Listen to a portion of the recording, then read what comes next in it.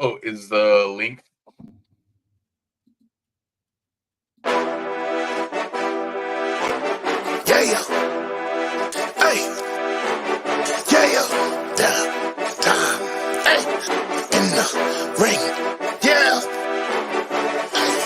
downtime in the ring, yeah, you know we get it on, downtime in the ring, we gon' hustle till it's gone, downtime in the ring, yeah, you know we get it on, downtime in the ring, yeah, we got it till it's gone, downtime in the ring, yeah, you know we get it on, downtime in the ring, yeah, we hustle till it's gone.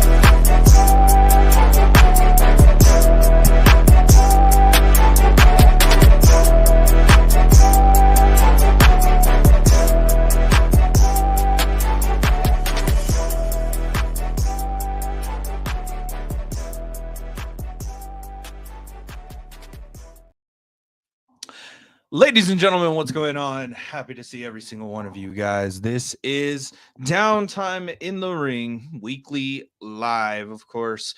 We go live every Thursday, 6 p.m. Mountain Time. We were a little busy this week because, once I got home, just wanted to chill out for a few more minutes, talk to the missus, get my head straight so that we could go into this live and be able to entertain you beautiful people.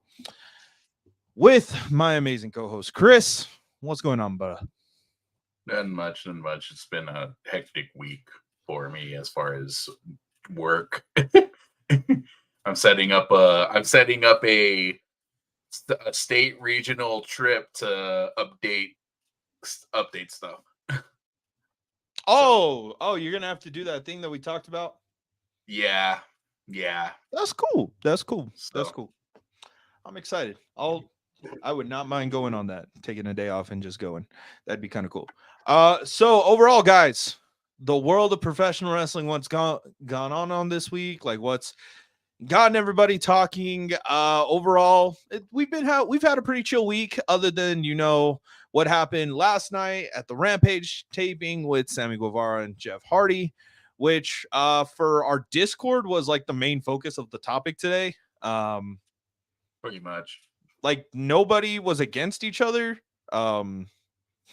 It's so weird. Like it is. I took the stance on of Sammy Guevara just having a vendetta against Hardy or the Hardys. It's like, okay, it justifies the heel turn. It justifies why Jeff Hardy always has to flip everyone off at the end of every match. So I'm all for it. Just straight up just being knocked out. And it was a simple accident. I mean, yeah, it happened. Seeing I will say that the tribalists, man, they latch on to anything. They latch on to anything. Dude. If AEW had a PC, this wouldn't have happened. And if they had more house shows, it would have happened. I'm like, but the whole point of AEW is that they're able to do indie shows on top of their. So technically, that would be their house shows. Yes, I get it. If they were to start doing house shows, but even now, like WWE's not even doing that many house shows. Even with what you said and what Wiseman said, it's like, okay, cool. So if they had their own PC, why did the Carmelo Hayes and Austin Theory thing happen? Yeah, and then yeah, exactly. Also, if they have their own PC, why is almost half of the top talent for Mania already on the shelf? Albeit, I will say to counter that argument is CM Punk and Seth Rollins are not regulars of the PC, since they are on the road a lot more than, let's say, an NXT star or something like that. Just to play devil's advocate on that. But better argument would be, then why was Shotzi injured in the NXT tapings? Yeah, that just recently happened. Yeah. So it's like no, you should never blame a certain situation on the fact that when you go into the ring, you're putting your life at risk. You are putting your health at risk. You are putting everything at risk because you don't know. You are basically trusting somebody else to do this with you, and you have to be okay with what's going to happen. And unfortunately, Jeff Hardy got knocked out. He's fine. They were both able to walk out of their own power. They came back. You know, I know that Matt Hardy said something about Sammy Guevara supposedly on Twitter today. I don't really give a shit. Is it Matt Hardy or Rebby Hardy? It was Matt. They said that it was Matt. Okay. Ringside said that Matt threw a little jab at Sammy, and I'm at this point, and I pitched a good idea. I was like, why not TNA and AEW just do a talent swap like they used to do back in the territory days? I would love to see the Rascals come to AEW. I'd love to see the Hardys go back to TNA or to Impact, but it's TNA. And would they do it? Would they do it because of everything going on with TNA though? I mean, that's their saving grace at this point, right? Like bring in other talent. Like bring in other talent, and then like it gives the Hardys time off, but they still are relevant on TV because of bulk recordings. Gives the Rascals, who are younger, time to go on the road every week and go and see all these new crowds, get to do Collision, Rampage, Dynamite, all this stuff, chill out. Like that was my idea, is just bring the Rascals out to AEW and send Jeff Hardy and Sammy. And I know my jab wasn't the best, what I said on the Discord when I was like, every company has had an accident that's been really bad, but why is this one so bad? Like, why is Tony being thrown under for this one when almost every company has had an accident that has been bad? And I brought up Rainbow in Mexico. And no, Morgan. Sorry. And no, Morgan. There isn't nothing happening with TNA, but in context to what we're talking about, but in context to what's happening with TNA, there's a whole thing. There's a whole thing, and we can talk about it later today because there has been more stuff that has come out from people that I didn't even think we're going to talk today. There was a massive essay to the Anthem that the TNA roster sent out, and I read it, and it was pretty valid. It's pretty valid. Yeah. So, but that other company, I don't think. That's just my soapbox for today is don't blame Tony for something that he is backstage for at that moment. Blame the ref if you're going to blame anybody. And two, every company has had their mess up to the point where it has been drastic and they've had to keep going. That's what it is. And for anybody who says it's not, it is. It's the machine. The machine is going to keep going regardless, unfortunately. But onto the TNA thing.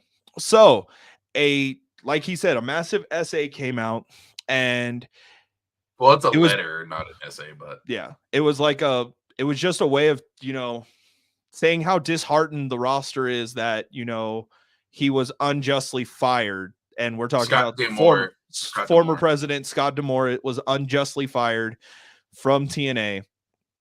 And what got me the most is you had people like who aren't currently contracted, but do make appearances regularly on Impact Wrestling or TNA now, is like Matt Cardona. Matt Cardona basically stuck his neck out and shared it and was like, this dude gave me the opportunity when WWE fired me during the pandemic.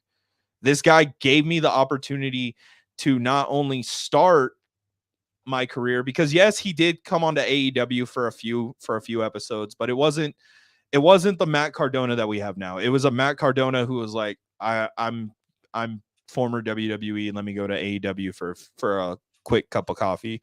And he did what he was supposed to do. But TNA, we got the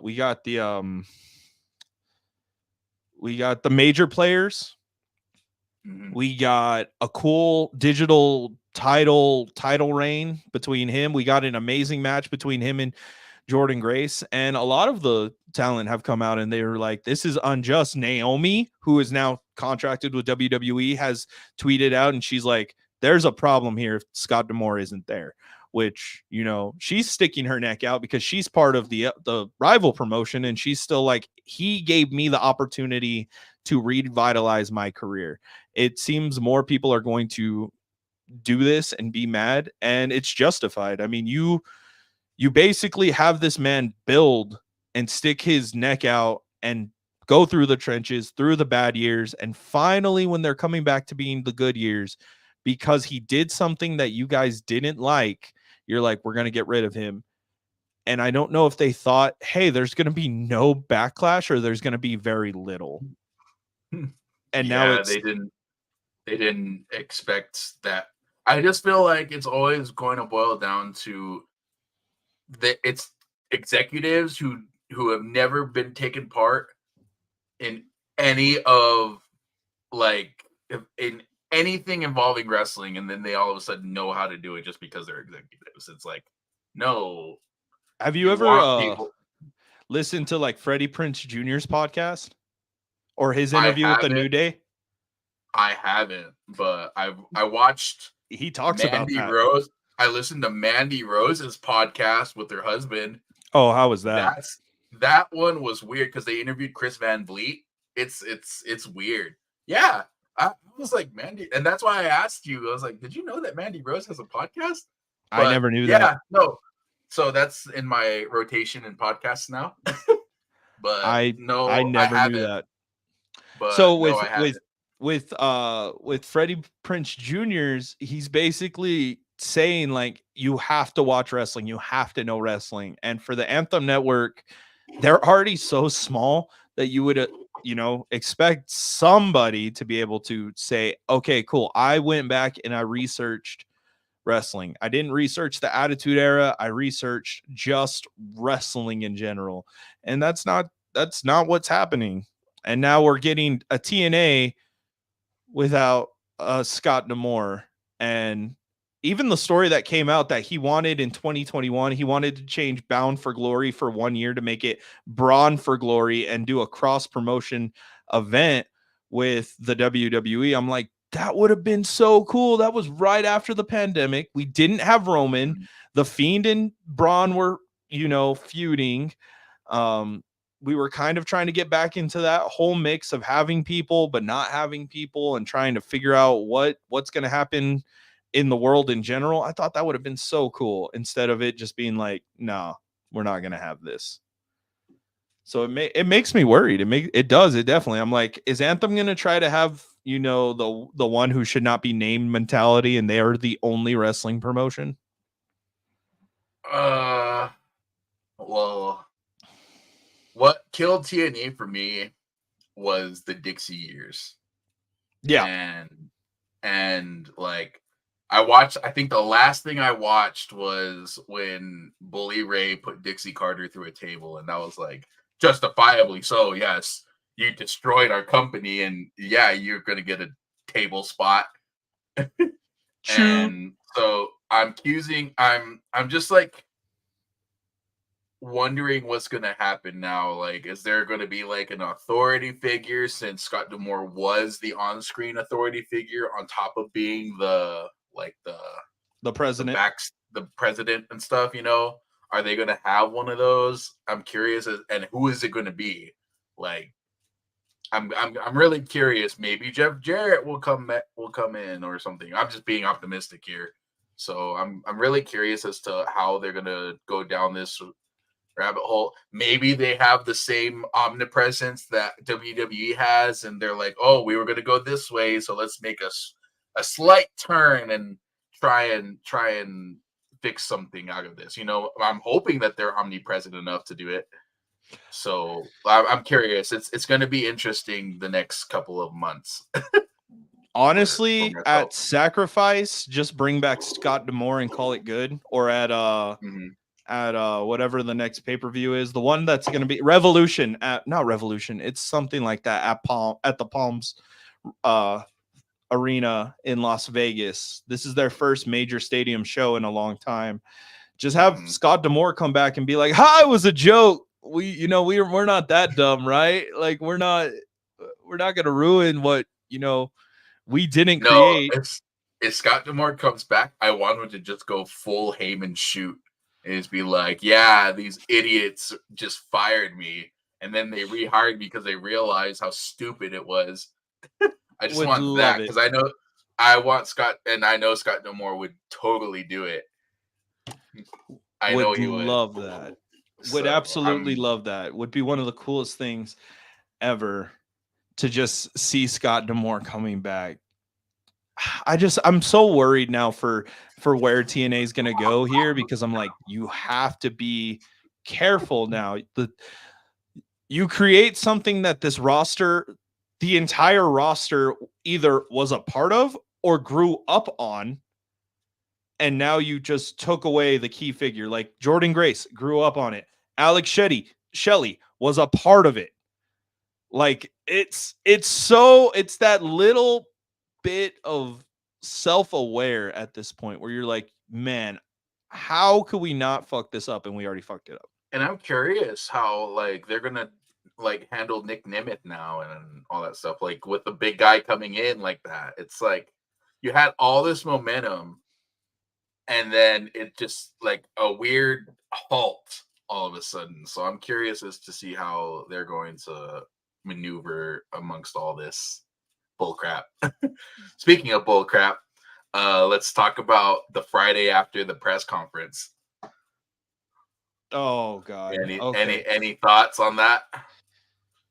So the Friday after the press conference, it was pretty cool because, Triple H is coming out and he's like, I'm team WWE. This match is going to happen regardless. It doesn't really matter what you think, even if you're on the board of directors. It doesn't matter what you think. I know. I'm like, okay, this is cool. These little subtleties. And, the announcement for the tournament to have, the 12 men who are competing to get one of the 6 slots for the World Championship. Totally it broke the draft. It broke the 2-brand thing. Yeah, it did. There was no 2-brand thing at that point. There was like, we're going to have our 6 best Raw and our 6 best SmackDown, and we're going to put them together, and the winners are going to go on to compete for a shot at Seth Rollins' title, which now kind of throws me off because I'm like, okay, they're not going to do the tag team thing that everybody thought from the press conference. I'm honestly excited for tomorrow because we have Roman and Rock again. They're coming back. And I've seen reports like he's going to lean into his heel persona. Oh. So I'm like, I want Hollywood Rock again. I'm so happy. I know everyone hated The Rock initially, and I knew it was going to be some hatred, but man, I can't wait for Hollywood Rock to come back. I can't wait. I don't know what you mean by everyone. Well, I think there was one person who was pretty happy. I like, man, it's gonna be so great, and I just want to see a Jimmy Uso and a Rock segment. Like how Jimmy Uso and Roman have their segments. I just want that whole Rock segment, just with that. Oh, he's gonna. Oh no, he may give a rock bottom to Jimmy just because Jimmy's Jimmy at this point, and it's not even. It's not even like meant to be, but it would be cool. I did hear that we are supposed to get some of the greatest merch ever created, and I will be buying it if we do get Cody Crybaby. Instead of, what did Cody call you guys on Monday? He called you something else. Cody Cavaliers or something. Cody, he called y'all something. I was too hung up on the Nuggets part. What are we supposed to do with the Nuggets? Pat was like, you're supposed to. He looked like a kid who didn't want to say the bad word he just said. Exactly. So I was just like, that's Cody. That's the only way you have to call him out on the outrageous shit that he says. That's probably the only route you can take if you can't come up with great enough insults. No. Yeah, just attack his weird comments about shoving nuggets up your ass. Like, yeah, just do it. That's the only way you can do it. What are we supposed to do with the nuggets? Cody, just like, man. That was a very valid thing for him to say in that promo. I will say that. So I'm pretty excited to see how they're going to build off of everything. And especially with the Elimination Chamber stuff we currently have Drew, Randy, Bobby Lashley, and who else? That's it. That's And it. then That's and it. then we're gonna keep going. So tomorrow is Logan Paul versus The Versus Miz, the Miz.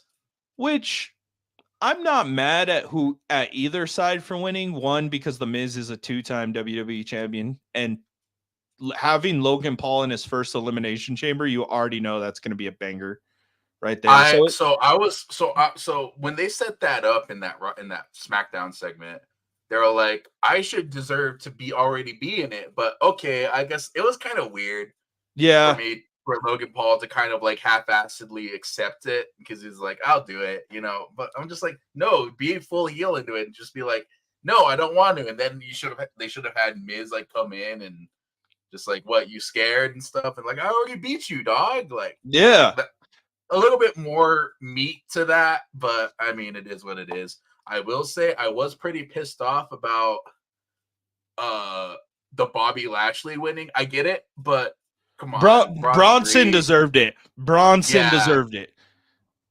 Bronson and deserved it. yeah, Bronson deserved it. Maybe he will come show in. Weren't they going to do like some sort of battle royal type thing where They're it's like for the second place? women's.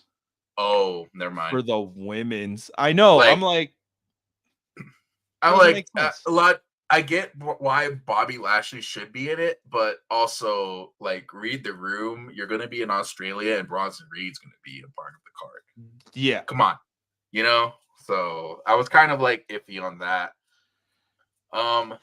As far as the Sami Zayn stuff, I'm curious as to what they're going to do with all that. I just feel like last year's Elimination Chamber, you saw Sami Zayn in the main event, and now Yeah. you're kind of just having him like dwindled down here, like, you know, and then he lost to Nakamura again.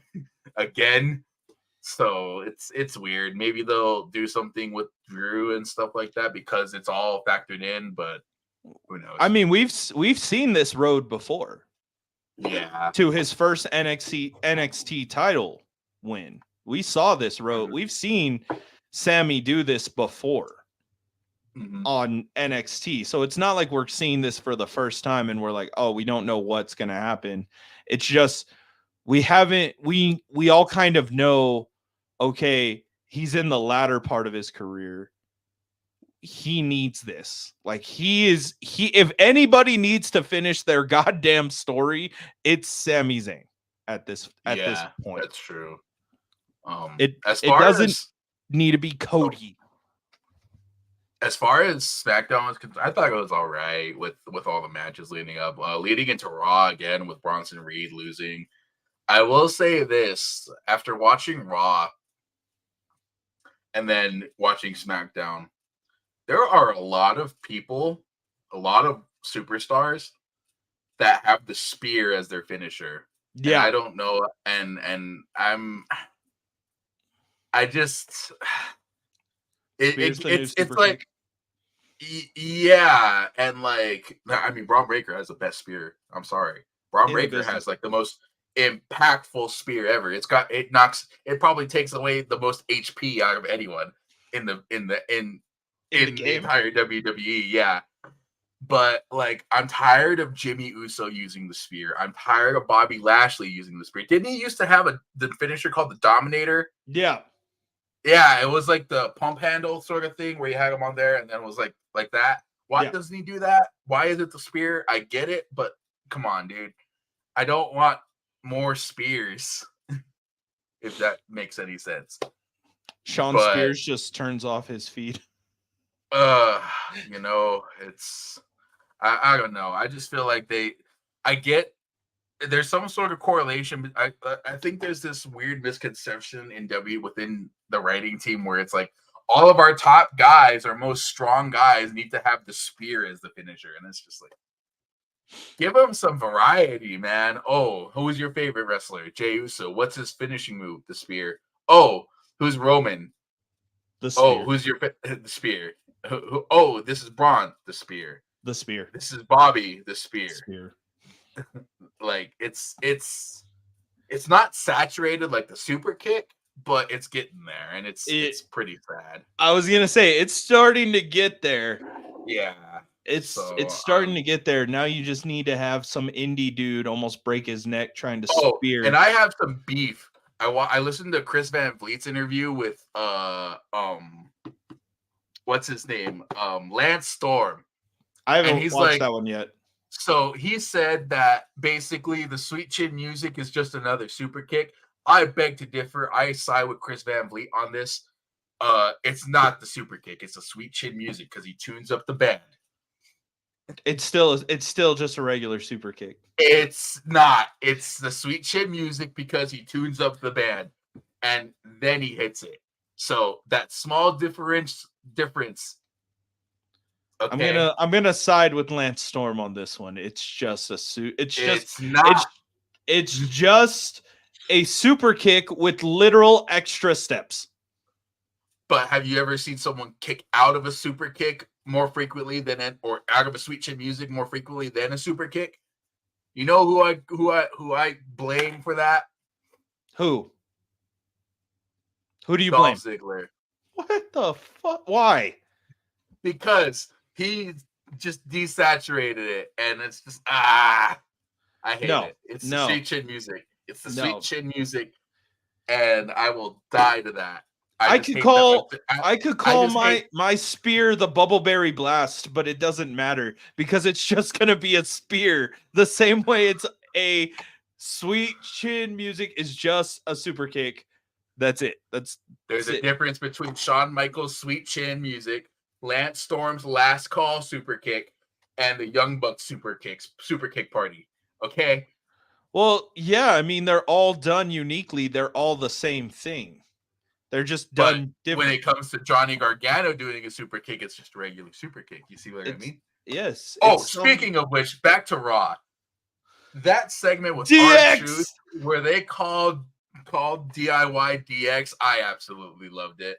It was top tier comedy. I loved it so much. And then did you see the tweet of them photoshopping the DIY shirt with the X? Take my money. Did you also see what he said, that this probably isn't going to work out because it says dicks? Oh yeah, I remember that.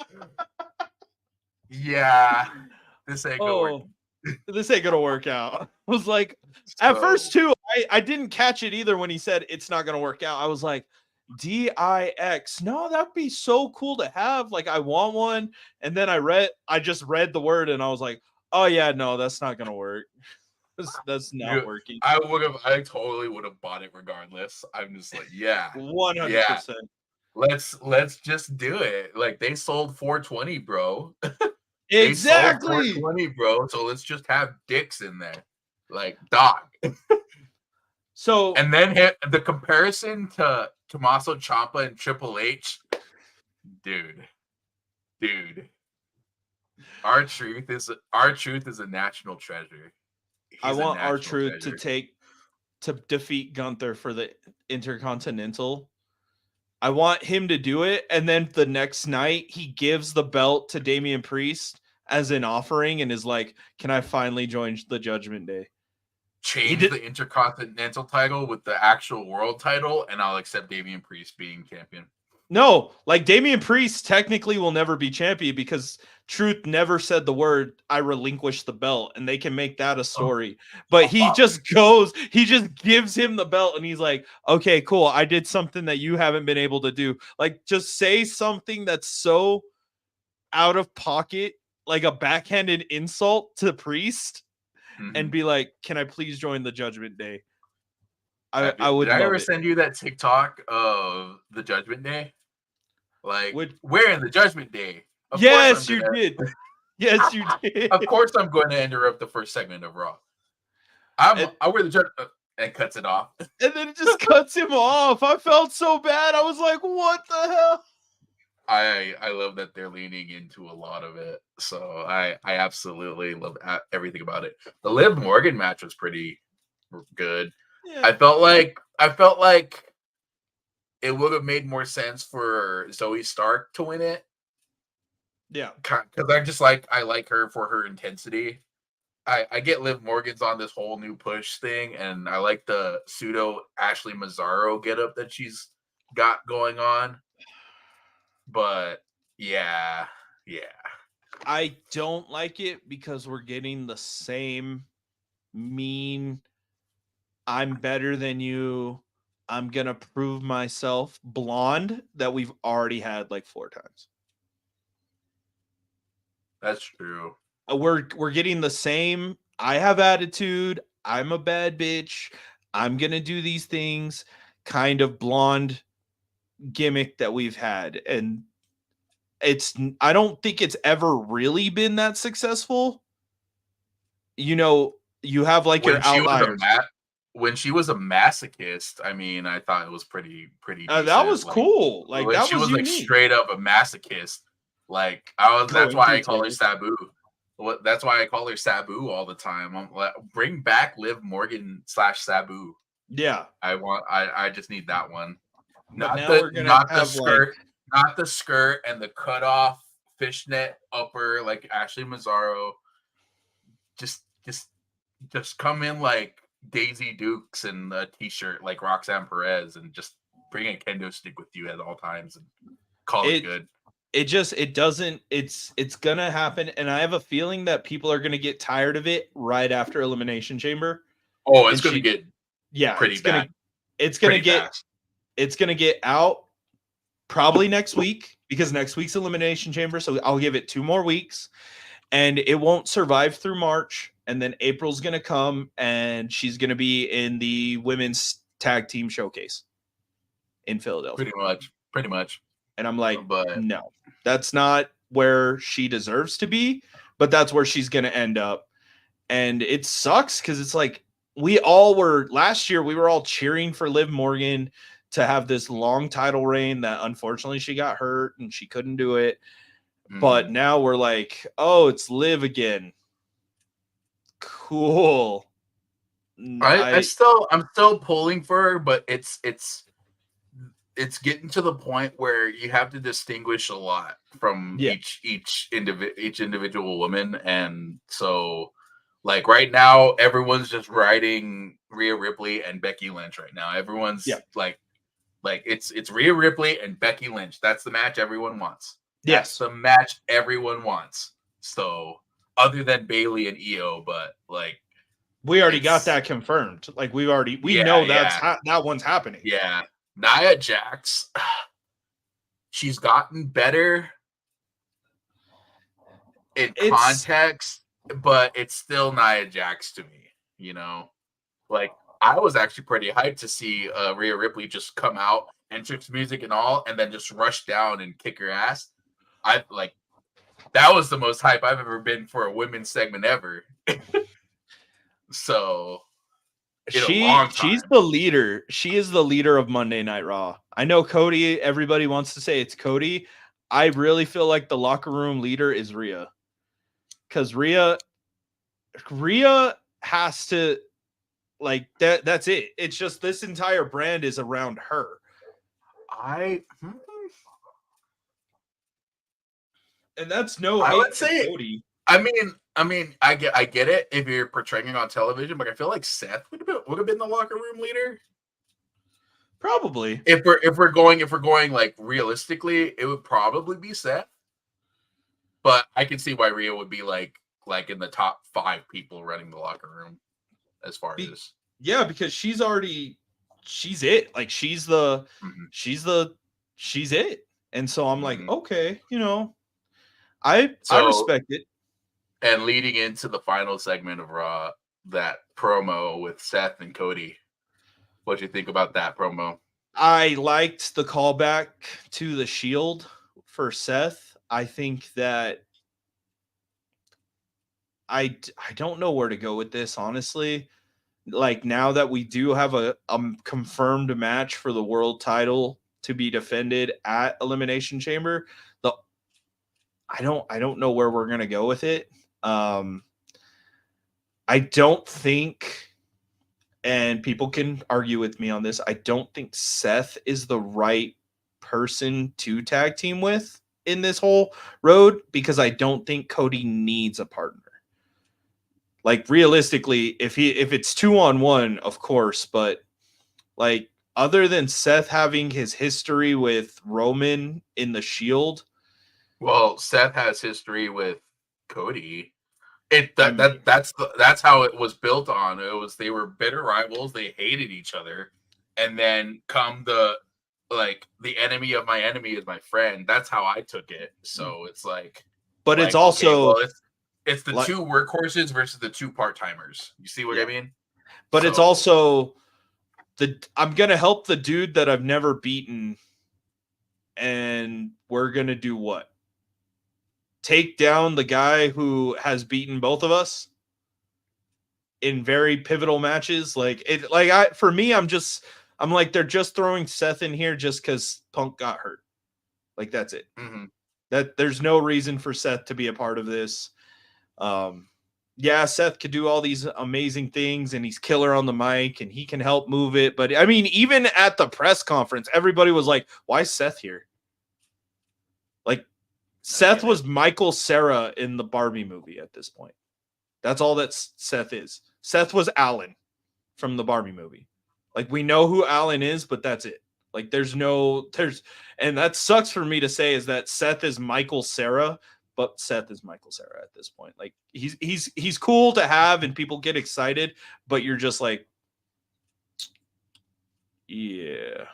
It is what it is. I ain't gonna say much in regards to that because I don't know where they're going with it. Because again, like you said, they're setting up a match of Chamber for a title for WrestleMania, but then it's like they're also having this other thing go on where it's like, okay, is Seth and Cody really going to tag team, and how are they going to fit that in within the 2-3 months that they have to build toward it, you know? So I'm curious as to how they're going to play it out. And like I said at the end of the live after the press conference last week, I was like, I'm just gonna sit back and watch and see how this pans out because it's getting good. It's a slow burn. It's a slow burn. I can see it, but it'll ramp up more and more once Elimination Chamber is gone and yada yada. So we are into good couple of months of wrestling. I will say that we are into a good couple of months of wrestling. Yeah. We have Revolution, we have Mania, we have another TNA pay-per-view. We are just in a sweet spot. So I'm excited. I'm ready to see what we're bringing to the table. So this leads into NXT. Did you watch NXT? I didn't watch NXT. I'll admit that. I'm not excited, really. I saw the results, so I can't speak too much on it because I didn't watch it live. But I'm just like, we're going into Stand and Deliver at this point. Yeah. So Baron Corbin, Braun Baker winning the tag titles. That's great. But it's still it's like the Seth situation where they have this match set up, but they still don't know if they're going to do this other thing. You know, yeah. They have one thing set up and they're not doing this other thing. That's how it is with Braun Breaker. You know, yeah. It's like okay, you're building up Braun Breaker to decide between two different brands, and now all of a sudden you're having him win the tag titles. And maybe they'll defend the tag titles on SmackDown, just like Dom did with the North American title. You know, maybe that's what's going to happen. And I don't know. It was a weird victory, but I understand it for the feel good moment for Baron Corbin since they pushed heavily that he hasn't won a title in 6 years. Yeah, shit. Yeah. So I get it, but also like where's the long term in that? Where's the bigger picture and all that? Because Breaker's gonna leave your ass. Yeah, and I think if they're gonna give up the titles, it's got to be Breaker just screwing over Corbin. So Corbin can be a babyface, and Breaker can do his thing on SmackDown. I think he might be on SmackDown. Honestly, I think he'll start off on Raw.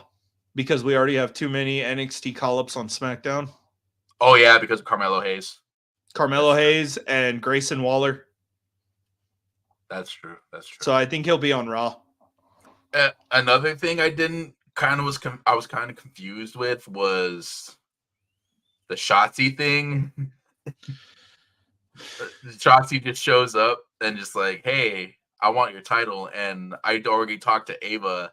I just need the green light from you. So that happened off a live event.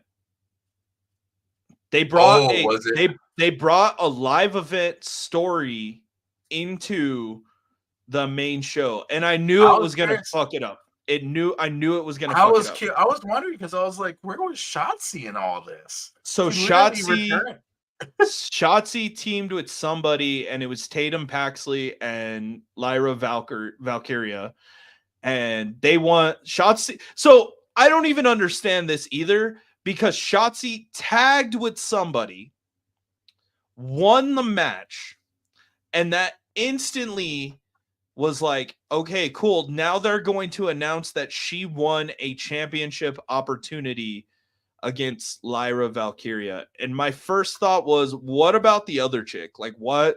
This can't be real. I didn't think it was going to be real. And then Shotzi said, oh, yeah, I got this opportunity. And I'm like, so I guess we're sticking with that, I guess. I would have understood if Lola Vice was like challenging, because of that whole thing that happened at Vengeance Day, Yeah. So I was like, it would have made sense for Lola Vice to do something about it, but who knows? Who knows? I don't know. I mean, come to find out, that NXT title match, for spoilers for anyone watching this, Shotzi kind of didn't she went out there to she didn't do the doo-doo, like, yeah. So I'm curious as to how that spot went, and like apparently from what I read was she fell off the side to for a commercial break, and she hit her knee on that, so that's how she did it, and she couldn't put weight on it, therefore they had to carry her out. So who knows? We'll get another Shotzi Blackheart repackage in the next 2 months for the fifth time in a row. And it's not that Shotzi's a bad wrestler, it's just she's injury prone at this point. She's what Tegan used to be. She lost her hair, she lost her mind, she lost her knee, she lost her shoulder. She's not like Shawn Michaels, though. She didn't lose her smile. Not yet. Not yet. I feel bad for Shotzi, and Shotzi is pretty cool. Like, I follow Shotzi, and it just sucks for her. Yeah, it does. Well, I thought the Briggs and Jensen segment was kind of weird. I'm getting tired of them, and I used to like them. I like really how Briggs is now like John Bradshaw Layfield. Yeah, he's essentially just JBL Jr. And I'm all for it. I think he needs to adopt the clothesline from hell and just send that kid and make him a champion. I'm just like, this is okay. Okay, what do you think the card is going to be for Stand and Deliver? Roxanne versus Lyra versus someone else. Okay. Ilya Dragunov versus Trick versus Carmelo. See, I didn't think it was going to be that. I think it's going to be Trick and Carmelo in a singles match. I don't think that they're going to have a title opportunity, which means Ilya is going to retain in the city of brotherly love, which would be weird. And Dijak just needs to stop being Terminator and just become Dominic Dijakovic again. He was so much more interesting with the Keith Lee matches back then, and I don't know what they're doing with the guy. What are you talking about? His greatest form was T-Bar. No, so the weirdest segment in all of NXT was he spent an uncomfortably long time trying to put a straitjacket on Joe Gacy. Yes. It was so uncomfortably awkwardly long. And Joe Gacy's just like, I would have understood if you were to hit the finisher and Joe Gacy was knocked out and you take the time to lace up the straitjacket, but he was fully conscious, and it was just weird. And then like the refs, he has the two refs just like kind of just like pinching his shirt, like, "Hey, get off, get off!" Like, I know those two. I'm not saying Dijak isn't a strong dude, but I'm pretty sure two refs could have pulled that dude off of him. And that whole thing was so weird. I get why they're trying to like make Joe Gacy into this weird, like Mick Foley weird Mick Foley guy, and I think they're just pushing too much into. I think they're they're spending too much time on this feud, and I feel like Dijak could have been so much more at this point. You know, I think just get rid of Gacy on NXT at this point. I think after Schism, they were like, okay, we really don't know what to do with you, and do one of two things: either move him to the main roster and have him work up from there, or cut him completely, because they got rid of the greatest cult that we have seen in a long time with Schism, because the grizzled young veterans were, I can angry. see Joe Gacy. I can see Joe Gacy like bringing back Dexter Loomis, and they could do something. Yeah, like do something with either. I feel like they're gonna have him do that thing that we hate the most, where they're just not gonna utilize him, but they're gonna have him to have him. Mhm. And I think if we're going to step away from all the bad that WWE has done, they need to finally do the part of, okay, we just need to cut this person. Cut our losses. Doesn't mean he's a bad wrestler. And I would love to see Joey Gacy on the Indies or in AEW or TNA. TNA would have a field day with that man. Give me Joe Gacy versus Sami Callihan. Give me Joe Hendry and Joe Gacy in a freaking promo where Hendry just doesn't want to talk to him. I would love it. Best Say thing in the his world. name and he will appear. I believe in Joe Hendry. Oh, Joe Hendry is so good. So good. That'd be one. That's one person we really want to have on. That'd be now be cool. Going from the low point of wrestling this week. I think NXT was kind of on the low point. It was the low point. On the downward slope. So going into AEW, what'd you think of AEW? Loved it. I will say I absolutely loved the Orange Cassidy match. It was so good. It was kind of weird with the thumbtacks where like he landed on his own thumbtacks, and I figured he would sell it a little bit more, but I guess at this point it's Orange Cassidy. He's pretty much invincible to everything and anything. So especially Canadian destroyers at this point. So I'm just like, okay. I've been calloused to that already enough to know that he's gonna win this. So I'm excited. We're getting into Revolution. We are getting into Revolution. We are on the road to Revolution. I'm excited. We are closing up storylines. I hate to admit this one thing, and I'm going to just say it right now. I hate to admit what Dave Meltzer said about Darby Allin's promo, but the dude wasn't wrong in what he said. And basically it was that Darby's promo was pointless. He literally briefly mentioned like I was homeless, and I'm just like, dude, get over it. Get over it. So he doesn't talk about that in the AEW universe that they were attacked, and that the Bucks not only kept the blood-stained clothes, but waited 2 days, because Rampage is on Fridays, 2 days after Dynamite, kept the clothes and competed on Rampage. He didn't talk about that. He didn't talk about how they attacked Sting's sons. He didn't talk about anything. He talked about Cody and being homeless.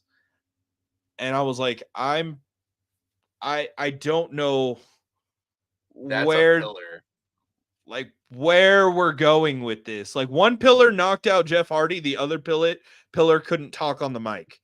The third pillar is hurt, and the fourth pillar's gone. We need new pillars at this point.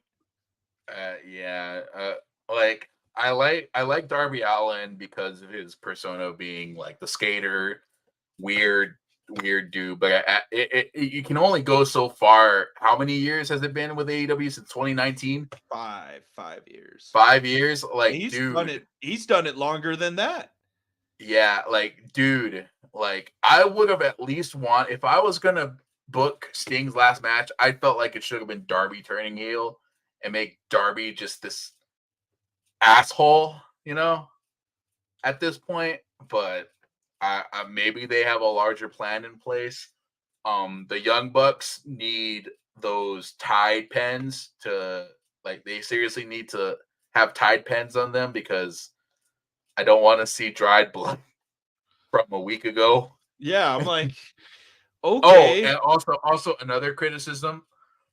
Matthew Jackson, if you ever watch this, I mean, great. If you ever watch this, but your soul patch was kind of off. It was like it wasn't centered on your lip. It was kind of off to the side a little bit. You didn't like maybe that's just the weird like your head shape or something, but your soul patch was kind of off. Yeah, that's my only complaint to that. EVP trigger, them almost EVPing Tony Schiavone was great. Too bad Sting couldn't be there to save it. Sting would have been like, oh hell no, you know. I feel But like no, Darby had to come in and tell us how he was homeless for the 67th time. And yeah.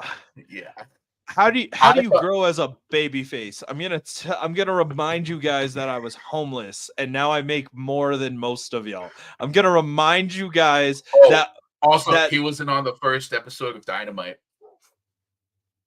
no, he Apparently, was I no, thought he was. no. So I'm just like, okay, cool, Yeah, no. cool.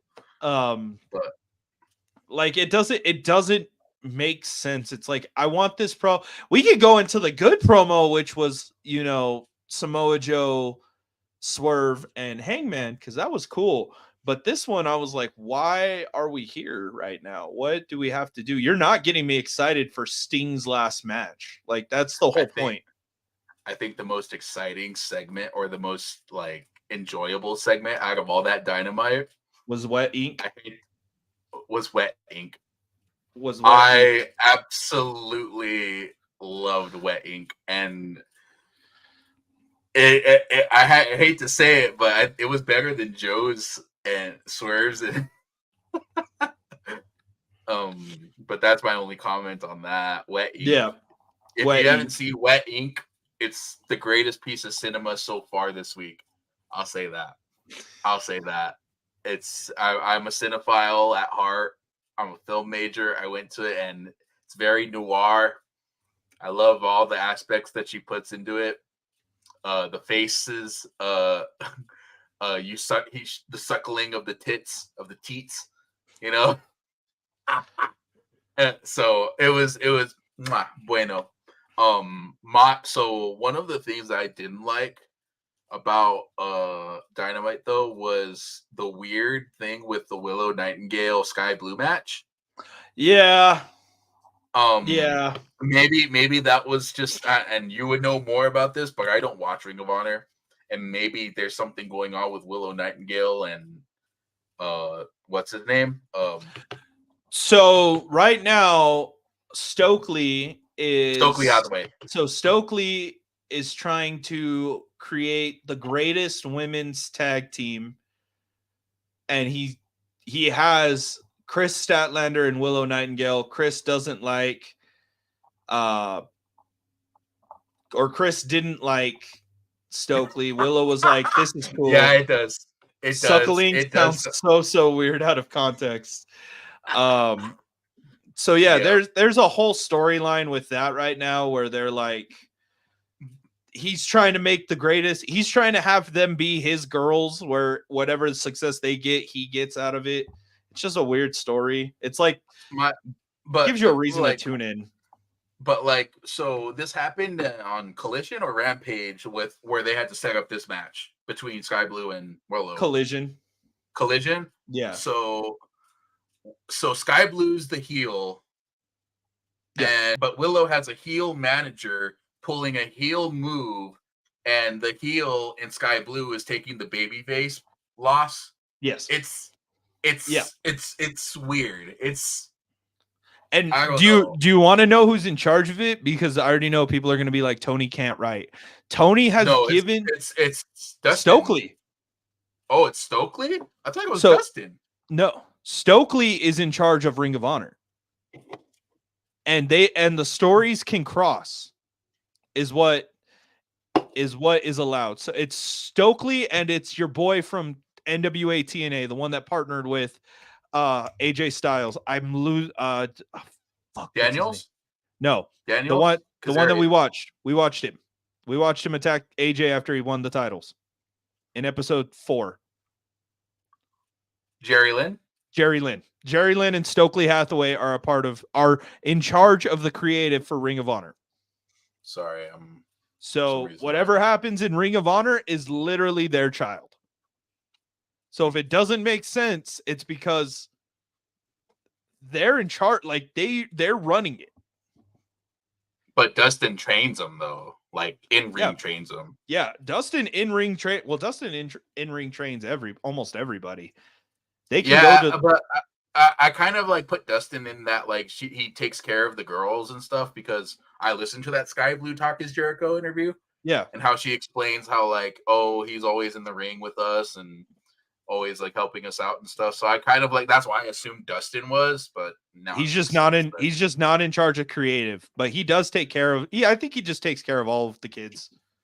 Yeah, realistically. So I'm curious as to how they're gonna flesh this out, because isn't Sky Blue supposed to technically still be like, she's possessed, House of Black, House of Black, but she's not. I don't know anymore. I'm trying to give it a chance, and there's just little things like that for me, and it's like, I think what you need to do is, if you're like, these are primarily ROH people, just leave it. Just skip the match. Just skip the match and just go to and just be like, okay, cool. Fucking do what Tony says.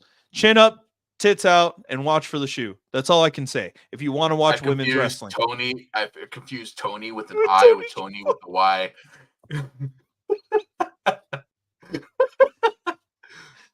He says it too. This I was like, whoa.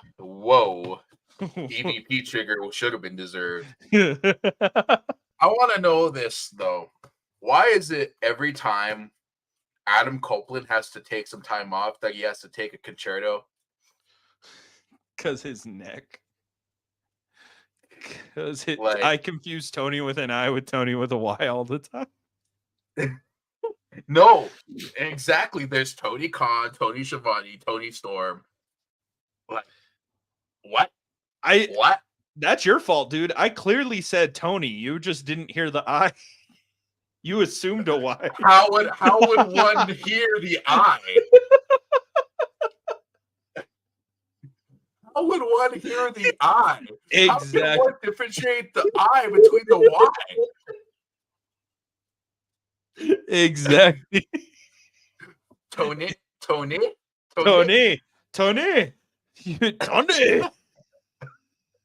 Like, oh no. What were we? Oh yeah, when Homeboy has to take some time off, why does he get a concerto? I don't know, dude. Maybe he likes it. Maybe he's like, this is the only way people will believe it. It just makes me want Christian to be AEW World Champion, because he's the greatest heel of the entire show right now. Yeah, like he even got Hangman. Yeah, Hangman is getting there, but he give him a little bit more pettiness, like Drew, and we'll get top heel Hangman. I think he has Shayna Wayne or Cheyenne Wayne wearing turtlenecks now. I'm just like, I'm like, this is the greatest thing. I want to get a turtleneck and just go to an AEW event now. Nick Wayne with that Wayne's World finisher, I like it. Yeah, I like it. It reminds me a lot of the Cody Cutter, but it's Wayne's World, so yeah, I enjoy it. Then there's the John Moxley match with who was he? Dax. Was it Dax? No, it wasn't Dax. No, it wasn't. Yeah, it was. Yeah, it was Dax. It was one of the FTR. One of the Yeah, FTR. it was Dax. It was Dax. So I'm curious as to how they're gonna play that. Is it gonna be BCC versus? It is, but it's going to FTR? be. So Tony talked about this on Twitter because people were like, "Why the fuck isn't the match?" So it is. It's going to be BCC versus FTR next Wednesday on Dynamite, and people were like, "Why isn't this on Collision?" And Tony was like, "Because of the NBA All-Star game." Fair enough. Yeah, like at least Tony knows. Okay, cool. Collision is just gonna suck this week because the NBA it's All-Star weekend this weekend. Yeah. Like that. Oh, everybody's going to watch TNT, and it's not for wrestling. It's solely saw for the that. All-Star game. I saw that Tony announced. I hate it. After one guy said it on a podcast, I can't unhear it now. It's Will Ospreay versus Takeshita. Yeah. And it's just basically Will Ospreay being like, "Fuck you guys, I'm gonna go babyface."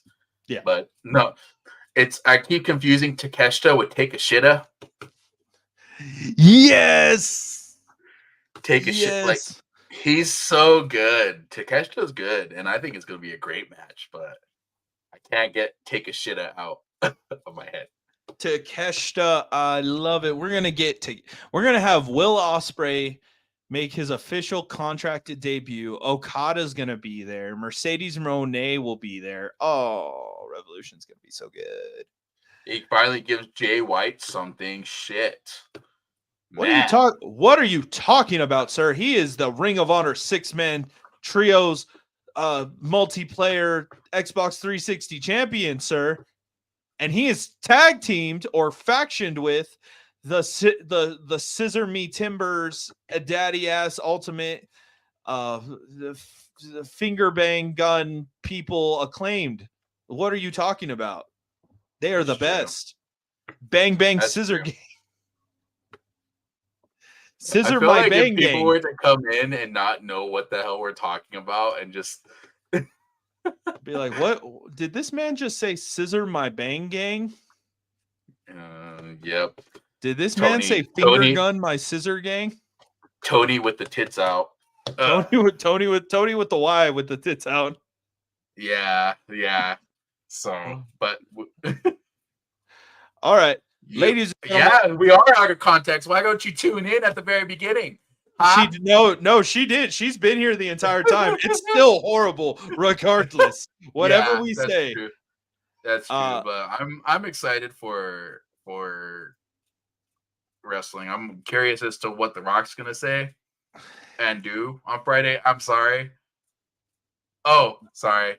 I just assumed. I made an ass out of you and me. So we are done for this week. Like I said, or like Chris said, very excited to see what happens tomorrow on SmackDown. Next week, though, is going to be very fun because we may have guests, because next week will be another predictions episode where we will go and discuss Elimination Chamber predictions. Next week should be pretty fun. I'm pretty excited. Hopefully our friends come back and have a good time, and we can all just sit here. Those two have great takes. If you guys haven't seen the last predictions or our first predictions video or live, 2.5 Heels podcast, those guys take it. They're so funny. They are so funny. It was good. I'm excited. I'm excited to see what they have for Elimination Chamber. I'm curious. I have to start building what I want for Elimination Chamber, because I want Truth to just enter the women's Elimination Chamber and just. Why is there all women again? Where the men at? So I'm ready for next week. So all right. Remember to like, comment, subscribe. You can follow us on YouTube. We are currently uploading all of our previous episodes onto Spotify so that you guys can find us on Spotify if you guys can't, or don't want to watch our faces and you guys just want to listen to all the amazing interviews that we have, that should hopefully be done by this weekend. If not, it'll be done probably around Monday or Tuesday, where you can listen to all of our previous episodes. You can see this week, because this week our guest is from Monster Factory, and from the Monster Factory show is Gabby Ortiz. That was an amazing conversation. Hope you guys enjoy that conversation, and you can catch us in the next video.